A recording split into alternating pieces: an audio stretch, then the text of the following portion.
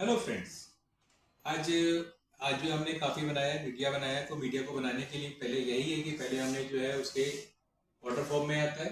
Water form में हमने जितना हमें वेइंग करना है, जितना वॉल्यूम में हमने हमको बनाना है, उतने वॉल्यूम में हमने उसको लिया और उसे हॉट प्लेट पे सॉल्युबल किया। और सॉल्युबल करने के बाद में फिर उसको हमने ऑटोक्लेव में रखा, जो ऑटोक्लेव का प्रोसीजर होता है। उसके बाद में उस मीडिया को हमने उसमें से निकाला और निकालने के बाद हमने उसे लगभग 50 टू 55 डिग्री तक हमने उसे टेम्परेचर को डाउन किया। और डाउन करने के बाद जब उसका टेम्परेचर जो हमारा 50 या 55 के नियर अबाउट आ जाता है, उसके बाद उसे लेमिनार एयर फ्लो में ले जाके हमने उसको पोर किया।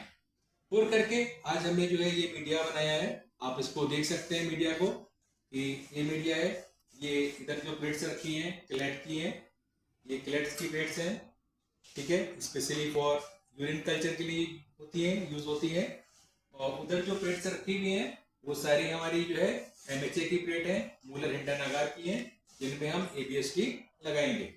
इधर हमने कुछ बायोकेमिकल्स तैयार किए हैं। ये पीपीए है और ये देखिएगा, ये जो है हमारा साइट्रेट है और ये हमारा टीएसआई है, ये टीएसआई है। और एक लिक्विड ब्रॉथ हमने तैयार किया है, बीएचआई ब्रॉथ। तो बीएचआई ब्रॉथ के भी हमने 2 स्टैंड तैयार किए हैं। और साथ में हमने ब्लड आकार की प्लेट्स बनाई हैं। ये इधर की साइड जो रखी हुई है आप देख रहे हैं, ब्लड आकार की प्लेट्स हैं। और साथ में हमने जो है मैकॉम की आकार तैयार किया है। ये सारी चीजें जो है हमारी लेमिनार फ्लो में हुई है। लेमिनार फ्लो में हमने इनको ओपन करके वहां पे यूज किया है। आप देख सकते हैं कि इतने सारे प्लास्टिक जो है आज हमारा इतना मीडिया बना है, इसको हमने यूज किया है। अब बात आती है कि इसके सॉलिडिफाई कैसे हुआ है, क्योंकि जब हमने उसे लिया, वेइंग किया, वेइंग करके हमने उसे सॉल्युबल किया, तो सॉल्युबल करने के बाद भी तो जब हमने उसे ऑटोक्लेव से निकाला तो वो लिक्विड था, ठीक है। अब आया कि आखिर सॉलिडिफाई कैसे हो गया, क्योंकि हमने उसका टेम्परेचर डाउन किया और डाउन करने के बाद में 50 से 55 डिग्री पर हमने उसे पोरिंग स्टार्ट की लेमिनार फ्लो में। अब लेमिनार एयर फ्लो में जब उसकी हमने पोरिंग करी, प्लेट्स हमने बनाई, तो प्लेट्स बनने के बाद में कुछ समय के बाद उसे देखेंगे कि वो अब सॉलिडिफाई होने लगी। आखिर ऐसा क्यों हुआ, क्या रीजन है, क्या रीजन है उसका सॉलिडिफाई होने का? तो उसका सॉलिडिफाई होने का रीजन है, मेन आता है आकार। तो आकार के कारण ही ये प्लेट हमारी जो है सॉलिडिफाई हुई, क्योंकि आकार का जो मेल्टिंग पॉइंट होता है वो हमारा होता है 95 और सॉलिडिफाई टाइम होता है 42 डिग्री सेंटीग्रेड। इसीलिए हम सिर्फ 50 डिग्री पे उसे जो है पोरिंग करते हैं।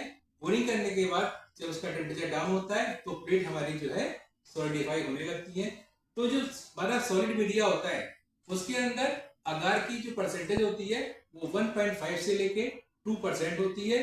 और जो हमारा सेमी सॉलिड अगार होता है उसमें 0.2 से लेके 5% होती है।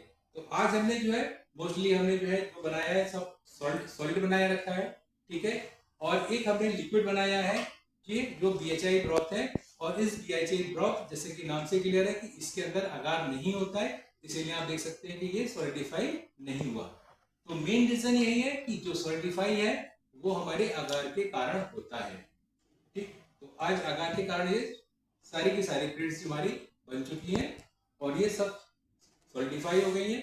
अब हम इनको अपने फ्रिज में नेक्स्ट स्टेप के लिए इसे स्टोर करेंगे। ठीक है, तो आज मैंने आपको बताया कि अगार जो है, अगार के कारण हमारी प्लेटें जो है सॉलिडिफाई होती है। वो आपको समझ में आ गया होगा, आई होप, मैं उम्मीद करता हूँ। और इसके साथ ही मैं आपसे मिलता हूँ नेक्स्ट वीडियो में। तब तक के लिए आप पढ़ते रहिए, अध्ययन करते रहिए और आगे बढ़ते रहिए।